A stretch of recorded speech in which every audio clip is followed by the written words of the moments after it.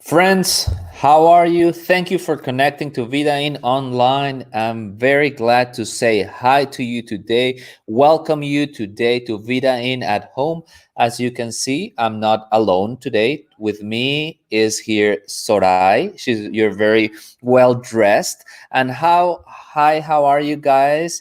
I'm like this because I had 1 hour more to get ready. I hope you all enjoyed that extra hour. And if you haven't realized it, remember you have to back your clock 1 hour. And I'm glad to be here. My name is Fer. We are glad to be here. Welcome you.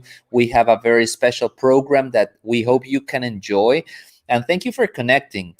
Wherever you are in, thank you for interacting through social media. We say hi to all of our Vida in family in Saltillo, Mexico City, and Monterrey, and even all the way to Chile, to Vertical Church. Thank you for connecting because you guys are the church. You are the church. We all are the church, and definitely the ways changed, but our mission hasn't. The reason why Vidain exists hasn't changed. It will not change today nor tomorrow. Guiding people in a growing relationship with Jesus, it's our passion, it's our mission, and it doesn't change. Especially for those people who do not consider God being a part of their life, who grew apart from God for whatever reason, or the church. This is the reason why we do the church. And if you are someone like that and you're here with us, we are glad that you are here.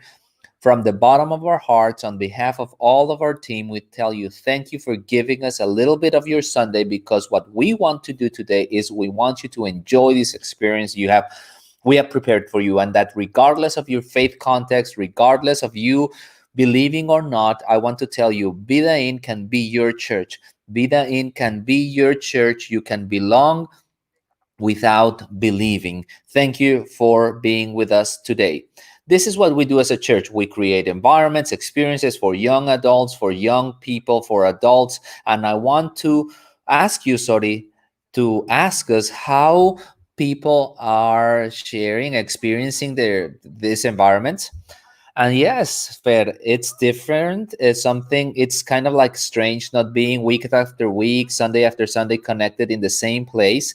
But I love the fact that technology has allowed us to continue to be connected every Sunday, and we look for different ways to continue to be connected. Some in person, some online, but we look for ways in which we can continue to create environments and building community, because we consider that is important to do our lives together. If you are young, if you're a student, I want to invite you to connect with us, or to send us a message on this link. And if you're a parent with children, a niece, a nephew in high school, middle school, or university, contact us, because we want to be part of their lives. Thank you, Sorai, for everything you're doing. You are an excellent volunteer. You're doing a great job. And we are doing this to connect your children, if you are one of them, to connect you with God, because we were designed to live in community. We were designed to be connected. And today, more than ever, you and I need these type of connections. So these are our environments. Take a step forward, connect. Thank you again for taking that step, for being intentional in your path. Today, we're going to sing a couple of songs we want to share with you. We want to invite you to sing. The first one is a new song we hope you enjoy. And Johnny, who is in Mexico City, part of our team, he will be directing us in this first song. And also here live in Monterrey, we have Laila, Eva, and Javi, who we are going to ask to come forward and lead us during this worship time.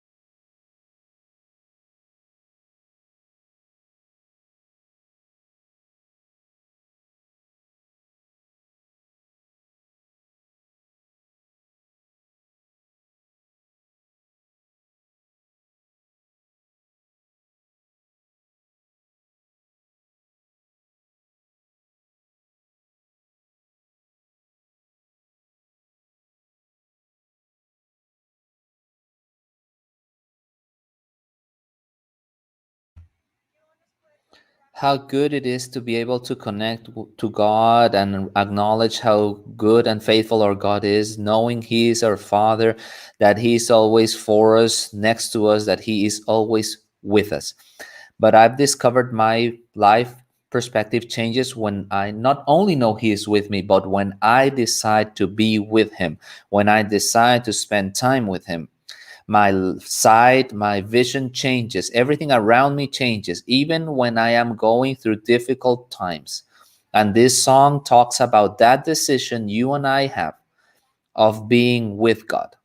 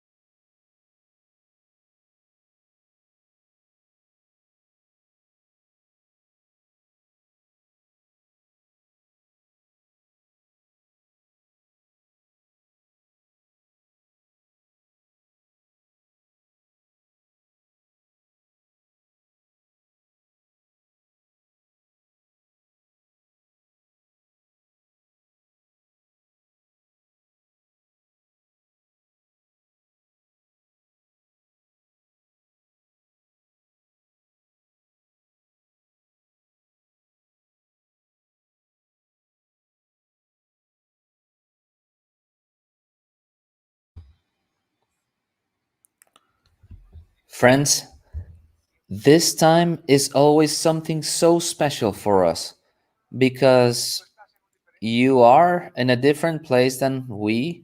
Maybe you are at home, we are over here at different places, yes, but with the same heart, the heart of honoring our God. And it is what we are doing with these songs. It's what we are doing with the lyrics that we are expressing, with the heart with which we say it. It's the desire of honoring our God. This is why this time is so special. And we join beyond the fact that we're not watching you. Now, I want to precisely tell you something that has to do all with being joined under this same heart. There are lots of people who write to us, who ask us, who talk to us, and ask us, when are we going to see each other again? When are we going to be able to be together physically? Because we are together under the same heart, but physically. Actually, they ask us, there are so many churches that have started, opened up in Saltillo, in Mexico City, in Monterrey. Why not us? When are we starting? And I know it is a great desire we have, but let me answer this question for you. Because certainly, and before anything else, I want you to know we have an enormous desire to see you, Alejandro in Saltillo, Jair in Mexico City, I here in Monterrey. That desire of being able to see each other and join and gather. But we also have a reality, right? The reality that might put you in a tense place. Yes, I want to be here, but on the other hand, I worry about my health, or the health of people around me or in my family. And because of this, we've made a decision. And the decision we made is that for the remainder of the 2020 year, we're going to continue in this digital format, online format. And for the first quarter of 2021, we will be back on that physical environment if everything goes well. What I want to say with this is, where does this decision come from? Because, of course, we want to see you definitely, but where does it come from? It comes from the fact that there are many reasons that we could mention. And if I were to summarize it in one, it comes from the desire of caring from you. It is an expression of love. That's where it comes from. Caring for you, not necessarily exposing you, and that we all can be at home, yes, connected under this same heart. And with that, look that on the first quarter of the next year, if everything goes okay, we can be together physically again. So from today until that first quarter of next year, there will be some events, some things we'll do with all the criteria of security and capacity that's allowed. That there are things that we will do in Saltillo, in Mexico City, and Monterrey.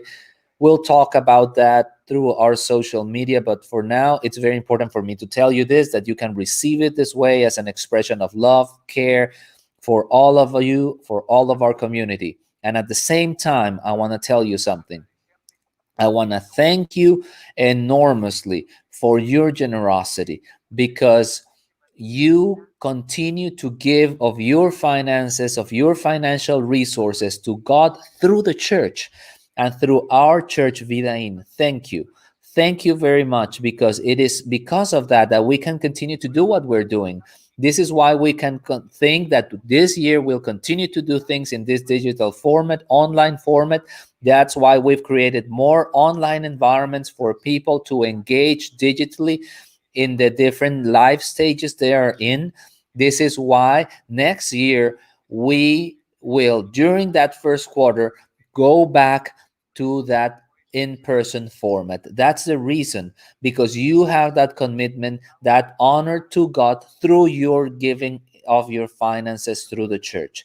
Thank you, because at the end of the day, you and I know everything we do, Everything we do it with the heart that more and more people know they have a heavenly Father who loves them.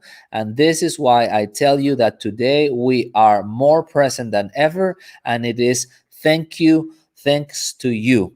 That's the reason. Thank you for making this possible and for continuing to do so. Let's continue with our service.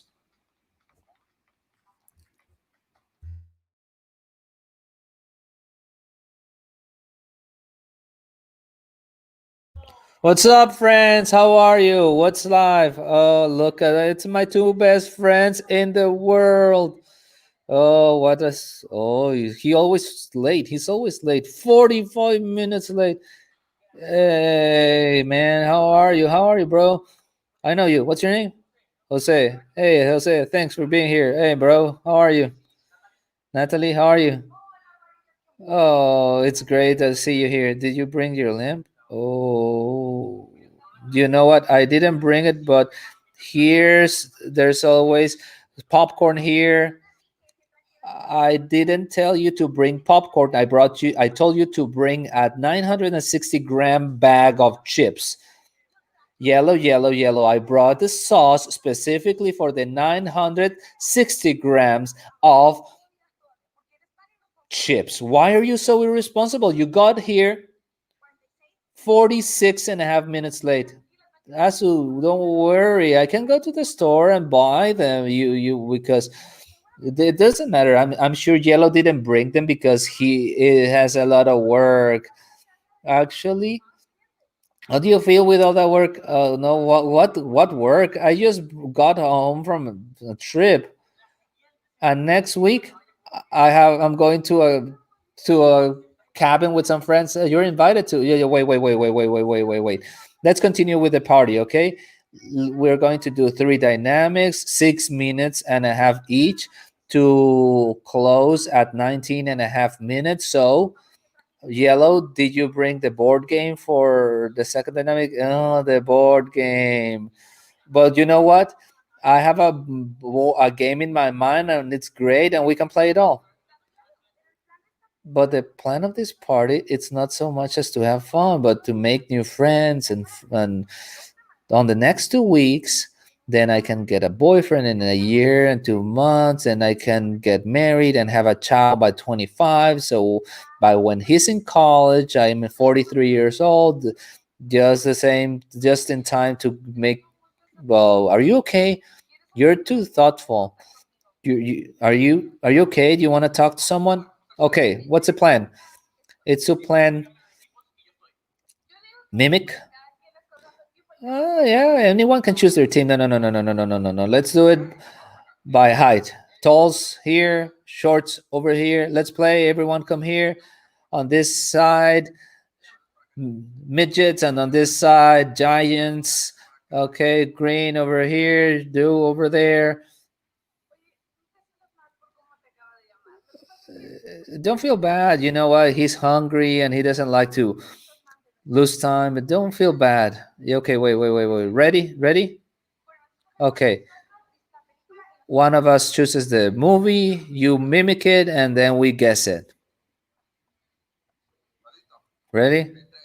Three, two, one, go ahead. Cat. Oh, Willy Wonka, the chocolate factory. Wait. Time. Guys, Smurfs, don't you see? He's very short. Giraffe, over here. Come over. Giraffe, you can do it. Ready? Go. Now. Batman. Transformers. Spider-Man. Avatar. This is the mermaid. Guys, Godzilla, aren't you seeing his height? No one won. It was a tie, but the objective was clear. I met two people, the midget and giraffe here. He didn't want to call you that way. Don't feel offended. Hey. Let's get this party started. I'm going to go get some popcorn in a couple seconds and I'll be back.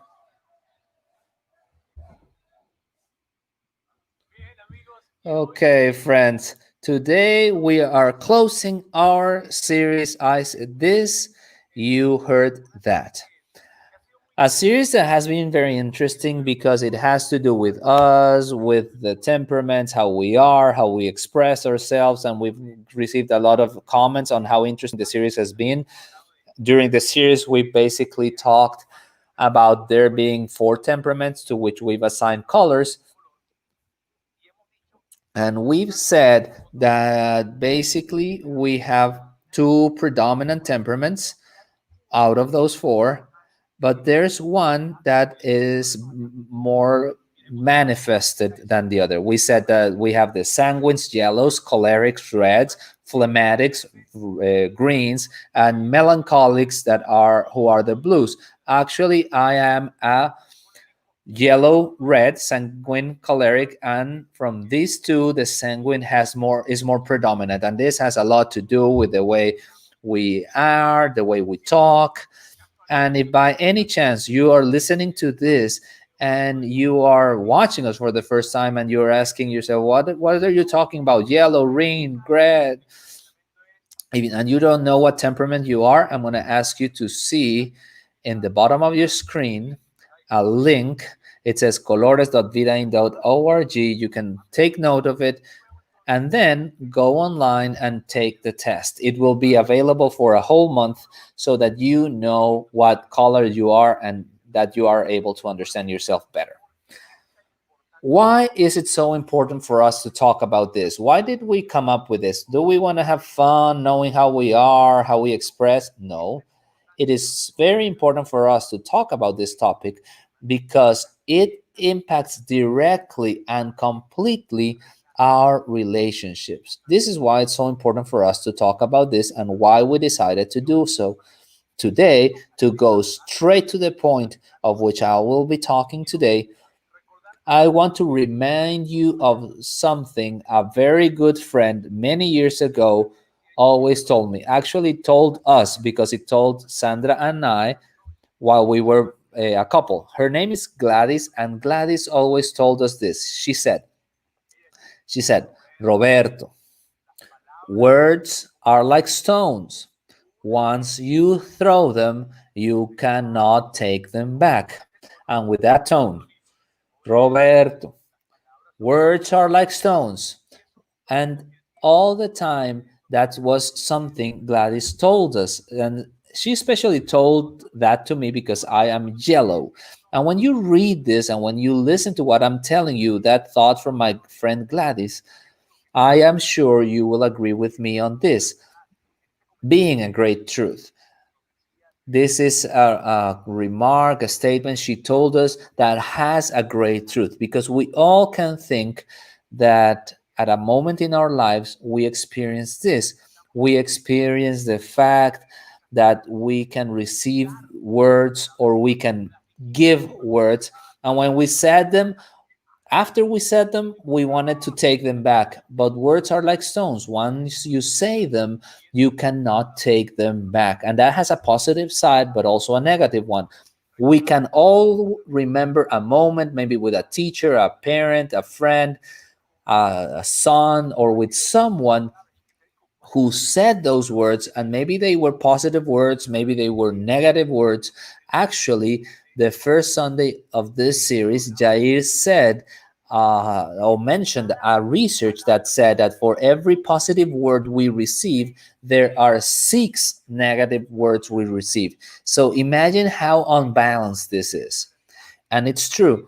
The thing is, words are like stones. Once you throw them, you cannot take them back. And that is good, it's bad, depending on the words. And this applies for every case.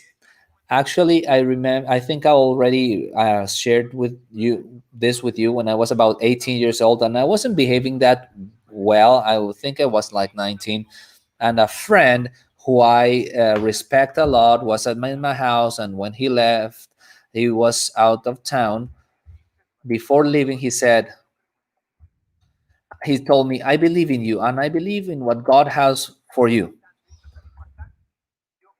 It was so impactful that almost 30 years later, I remember those words because they were positive, and they were words that spoke to a need I, as a yellow, as a sanguine, have that need of approval, of acceptance. So when he said, I believe in you, I was I thought to myself, how can he believe in me if not even I believe in myself? But he was expressing his appreciation.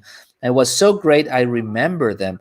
Alejandro told us last week that for every caller we have different needs. One of those needs I have is that, and he expressed it that way. That's why it clicked on me. Positive words with a natural need I have because of my temperament makes me remember this almost 30 years ago. Later, sorry. Also, negative words, and they get arrive much more frequency. I believe I was about 15 years old when I was in high school, and I think I already told you this. I wasn't behaving very well. I think there have been several stages where I haven't behaved well. Actually, I flunked 8 subjects in high school. I didn't know there were so many subjects in high school. I think the question was, which one did I pass? I don't remember. I remember I flunked 8. I was having a very bad behavior at home. My mom was startled. With all fairness, she was a beautiful, incredible woman, but she was astonished, and she went to my room, saw me there, and full of not knowing what to do, she told me, Roberto, you are worthless. My old mom was frustrated, and I kept those words. Actually, she left, and I was left thinking, am I really worthless? I have to be good at something. Those words hit my heart so hard that about 12 or 13 years later, I was married. On my first year of marriage, we had a discussion there, an argument, and Sandra always with her things. We had a small discussion. I went out of the room, went to the next uh, to the other room to sleep in another place, and being there on the next room, lying in bed, those words came to my mind: you're worthless. And I thought, I was worthless in high school, and I'm being worthless in my marriage. Words have an enormous power, and you know this because I'm sure you can think on those positive words someone told you, which you remember now, but you can also remember negative words, which are more, that came to impact you.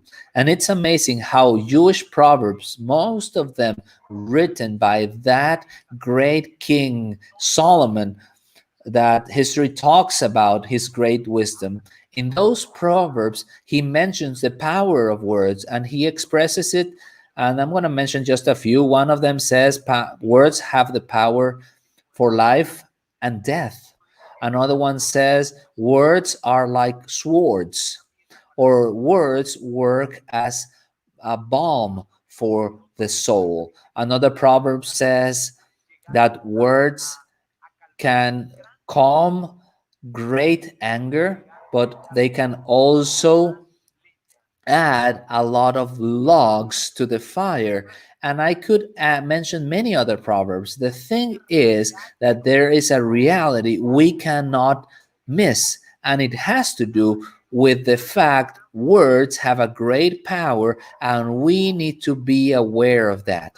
And today I want to focus more on the negative words, because I love that from Proverbs I can see words are like a weapon when used negatively, when you diminish, when you criticize, when you point fingers, when you are judgmental, when you are or sarcastic.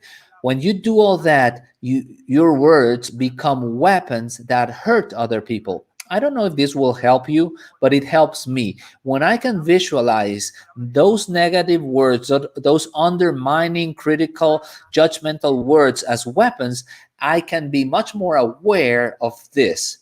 So, what I want us to do today is I want us to focus on this and look at a question that will help us to to have a starting point for today's conversation, and it's this: what causes or what makes our words to become weapons? Because you don't want your words to be weapons. You don't want to hurt anyone. Now imagine this, and it helps me a lot. It is a very good example or a visualization of words as swords, and it helps me to understand this and raise my level of awareness on this. Because imagine you have a sword in your hand and your children are in front of you. You wouldn't slay them with a sword, or you would slay your husband or your wife or your parents. Well, maybe your mother-in-law. Well, no, no, that's not the point. You wouldn't take a sword and you wouldn't slay them or cut them or hit them with it. But that's what happens when we take negative words and we give them to someone. And I know you don't want that. You don't want to hurt anyone, much less the people you love. But words, or the words we use, when we use them negatively, they have that composition. They are like weapons that hurt. And I know you haven't wanted to hurt, but a lot of times what we've done is that, because negative words, again, are like weapons. What makes them? What makes our words to become weapons? Jesus talks about this. And I love that every time I read Jesus's story, his biography, and I see the details of what he says, because what Jesus says has so much wisdom, has so much richness, so much depth. I love to read Jesus' biography, and Jesus precisely talks about this. Jesus talks in several passages about the power of words and why they become weapons. And I want us to see today something Matthew, one of Jesus's biographers, wrote of that passage of Jesus's life. It's on Matthew 15, and we're going to read starting on verse 10. And I want to give you a little bit of context first of what was happening. Jesus was outside of Jerusalem, and some people had gone to where he was to listen to him, especially Pharisees, Sadducees, some religious leaders, to hear him. Something that they always did, not because they wanted to listen to him, but because they were looking for opportunities to expose him before everyone. There was Jesus, and the Pharisees went to him and told Jesus, and they were recriminating why his disciples were not following the tradition of washing their hands before eating. They were angry because they had made of that tradition something completely disproportionate. They had turned and given the weight of a law of God to a human tradition. They had turned washing their hands before eating into something that determined if you were pure or impure and if you could come close to God or not, if you washed or not your hands before eating. They had distorted all this. They went to Jesus to tell him about it, and Jesus, knowing the law from beginning to end, went to him and said, why do you give the weight of a law of God to human tradition? Why do you do that? Actually, the answer from Jesus was a firm, almost hard, and you need to read it. Matthew 15, read the first verses because it's spectacular. The thing is, Jesus is in the middle of this. He's providing these answers to the religious leaders. He knew his intention, so he gave them this answer. Then he realized this spectacular moment, because there were a lot of people around him, and he realized this is a special moment for a teaching to provide um, insight. And what he did was that he took the attention of the people and gave them a teaching. And it says like this: Jesus called the crowd to him and said, listen and understand. Listen and try to understand. That's what Jesus said. Jesus was there in the middle of these people, this crowd, having this conversation with the Pharisees, and he realized this and said, these people are around me. I can teach them something related with what they were saying and asking. So when he said, listen and understand, it's the Four words to what he was going to say. Listen and understand. He was going to say something important. And I want to clear this because maybe it now washing our hands before eating, it's not a problem. And in the middle of this situation, probably is, but it's not that big a deal. Remember, they connected this with purity or impurity of someone and their likeness to get close to God or not.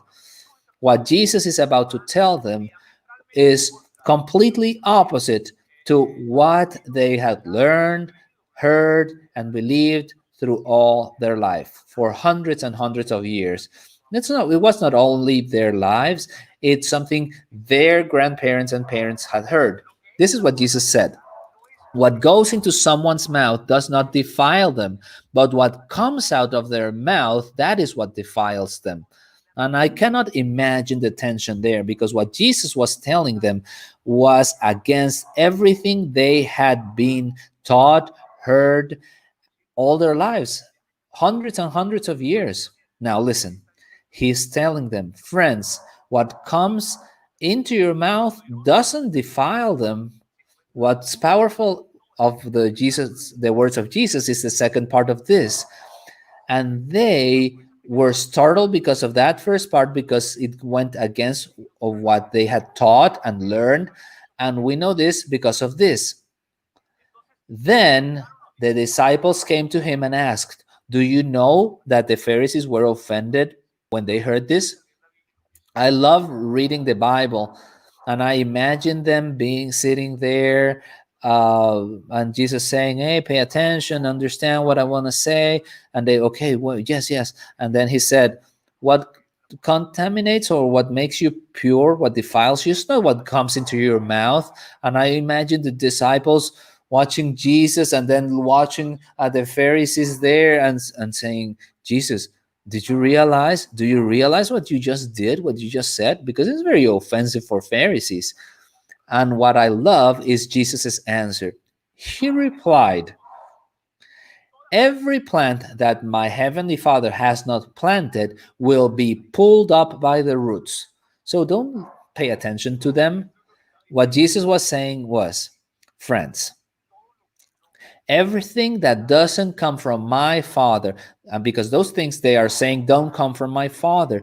And if that's the case, they will have no transcendence. They will not be relevant in time. And what Jesus said was spectacular. And then he became more intense. He said, leave them. They are blind guides. If the blind lead the blind, both will fall into a pit.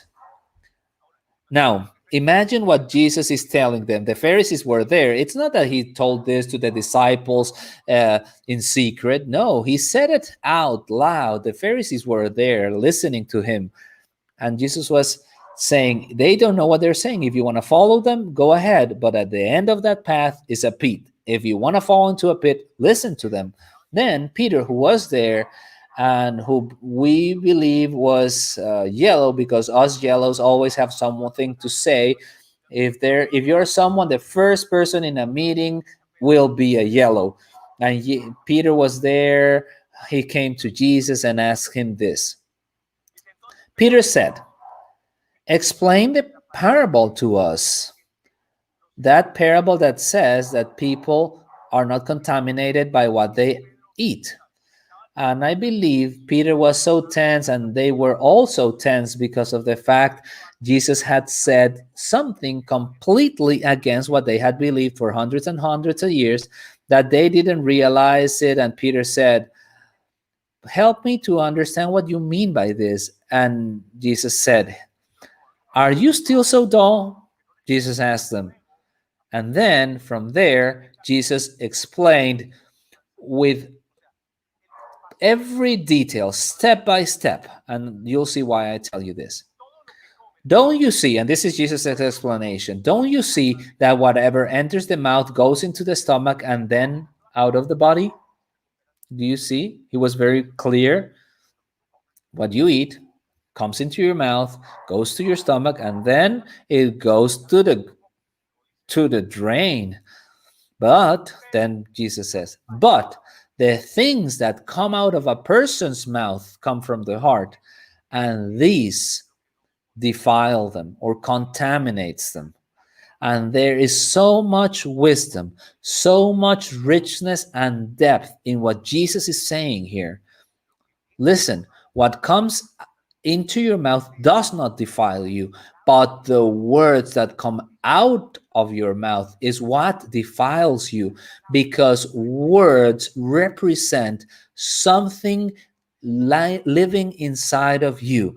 And what Jesus is saying or telling them is be careful, listen carefully, and care for your words, because there's something there. Then he said, for out of the heart come evil thoughts, murder, adultery, sexual immorality, theft, false testimony, and slander. You know, bad thoughts. What are bad thoughts? Those things, evil thoughts that we think, you know what, I messed up again. I'm worthless. I'm a failure, or something else. Maybe you are undermining all other people. All those evil or bad thoughts come from a place. They don't come from the outside. They come from the inside. They come from the heart. And that is what Jesus was telling them. It was something very, very important. This teaching was very important. And then he continues and said, these are what defile a person, but eating without with unwashed hands does not defile them. And I hope the Secretary of Health doesn't listen to us talking about this, but we need to understand the context. It was a religious context, not a physical health context. So it's just a clarifying thought. You continue to wash your hands before eating. The point is this, friends. What's happening here? What about Jesus telling this? Eating with unwashed hands does not defile you.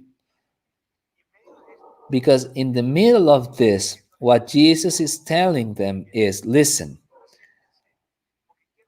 come closer, because I want to tell you something. What you have been worried about for a long time, that great importance you give to washing your hands because otherwise you will be contaminated or be defiled, to what you truly have to pay attention to, what truly contaminates you and is important, is the words that you say, because the words that you say represent something. You show something with your words. In our context today, how would that look like? It would mean to understand, yes, we are in the midst of a pandemic and we need to have a lot of criteria and careful with our health.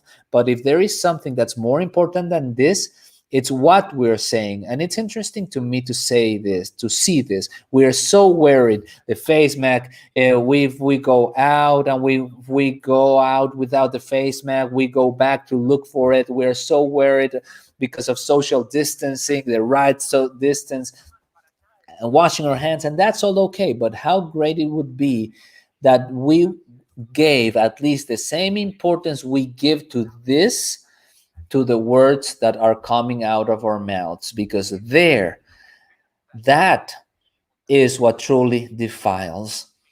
And I love what Luke, who is one of the other biographers from Jesus, rescued one of Jesus' words and he wrote them, and they talk precisely about this. And I love the way he expresses them. And it says, what comes out of your mouth reveals what is inside your heart. And I love this word, reveals. What comes out of your mouth reveals what is in your heart. And I love the word because how many times have we not done something like, oh gosh, I didn't mean that. And if Jesus were there, he would tell, I guess you did. A lot of times we've said something and then you say, I don't know how I said that. I don't know where it came from. If Jesus were next to us, he would say, I know where it came from. It came from within you. You know, what Jesus shows us with this word, what comes from your heart reveals what's inside your heart, means this: language is not innocent. Words show us something. It's not about, oh gosh, I made a mistake. It's not about that. It is about their, what it means is there is something inside your heart and it shows. And since I took this truth and I saw it as a revelation from Jesus for my life, I always have this present. What is in my heart when I reveal myself or when I catch myself saying some things? How is this connected with our temperament? Because each one of us, regardless of the temperament we may have, makes us say words in different ways. Remember, one thing is your temperament, another one is the upbringing we had, the teachings we had, the experiences we lived, those needs we have, particular needs we have depending on each one of our temperaments, the color we have or are, and we end up talking in a certain way or saying certain things. But remember, if they are negative words, they are weapons that hurt others. For example, for yellows, these words present in different ways. One of them is mocking other people. One thing we yellows have is we can make other people laugh, or we want to make other people laugh by mocking others with a remark, with an exaggeration. A sanguine cannot say or would not be able to say, we are exaggerated. He would have to say, we are very exaggerated, because that's our way of doing things. And a lot of times that's a weapon of ours. And when we mock others, yes, words end up being weapons. Reds, cholerics.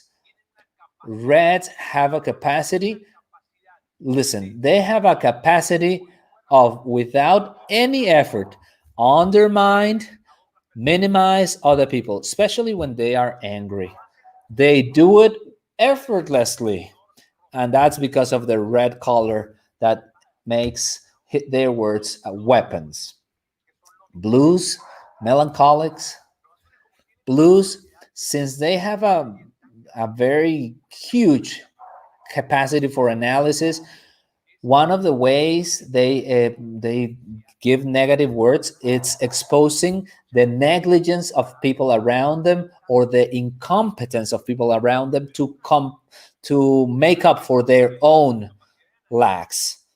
And blues, because of their analysis, they see who's not doing something right around them, and they will expose that negligence, that bad practice of people around them. Greens, phlegmatics, you know, we don't imagine them with those words, probably because they are so kind. But negative words in them are expressed in a passive aggressive way that looks to manipulate others with a great stubbornness, with a defensiveness position or posture, all ignoring sometimes. With this, I don't want to point fingers at yellows, reds, blues, because each one of us is different. It's not about pointing fingers, but helping you and I to understand something. You had a life experience as well as I did. We were raised differently. You and I have different needs.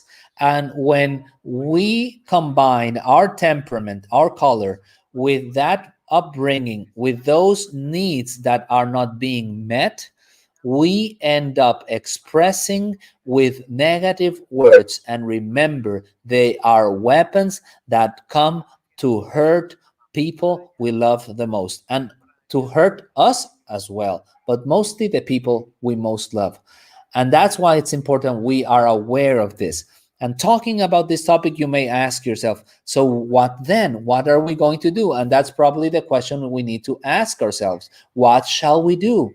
What shall we do with this? Because I'm sure you don't want to hurt the people around you, but then your words will end up being weapons as well as mine. What are we going to do? And I want us to do two things. And this I'm going to mention in a moment will become a tool for you to put them inside your toolbox for life. and you can take them and you can use them always. The first tool is precisely another question, and it's this: what is there in your heart? Every time you find yourself saying these hurtful words, saying this undermining, minimizing, judging word, saying words of sarcasm, those harsh words that come to hit someone knowingly, every time that happens, please ask yourself this question: what is there in my heart? What is there in my heart? Because those words come from a place. And this question is not a quickly answered question, nor is one that you have to make only once. Actually, this becomes, for you and I, in a tool that we'll take everywhere, because I insist there are many times when we surprise ourselves saying things that we didn't want to say. This week, I was with my son Andre and I told him things that I didn't mean to.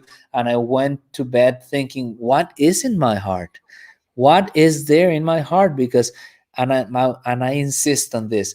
Every time you express words that end up hurting someone you love, someone close, there is something in your heart.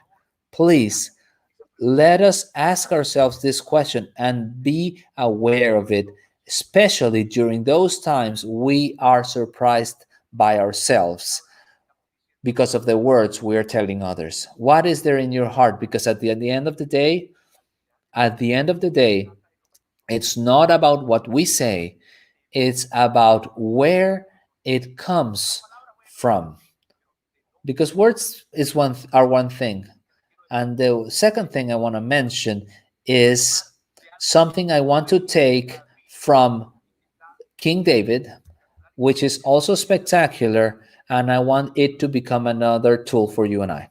It says, this is something King David wrote: I have hidden your word in my heart that I might not sin against you.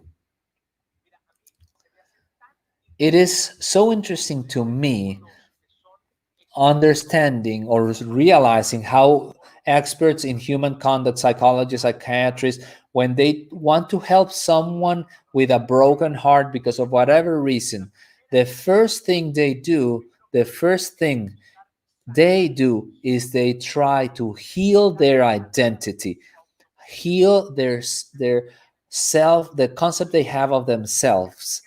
And Roberto, what does that have to do with what King David wrote here? It has a lot to do, because one of the ways in which we can read this, David wrote, I have hidden your word in my heart that I might not sin against you, is this: I will fill my heart with what you say about me. I have hidden your word in my heart can be read like this: I will fill my heart with what you, God, say about me. And in this text, I can see something very valuable. Think of this: fill your heart with what God says about you, not in what circumstances say, not in what other people say, your parents, your husband, your children, your friends, your partners, community, society. No, it's even, listen, even don't fill your heart with the things you yourself tell about you. Make sure what you are telling yourself comes from God and not simply from something someone said, a circumstance told you, or maybe your own mistakes told you, and you end up exposing you because of the word you give, because of what you did. Stop and fill your heart with what God says about you.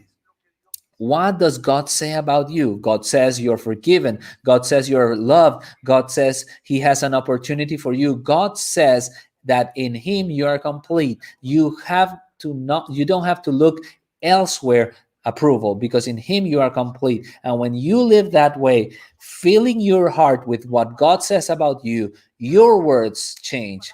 Your words start to be different.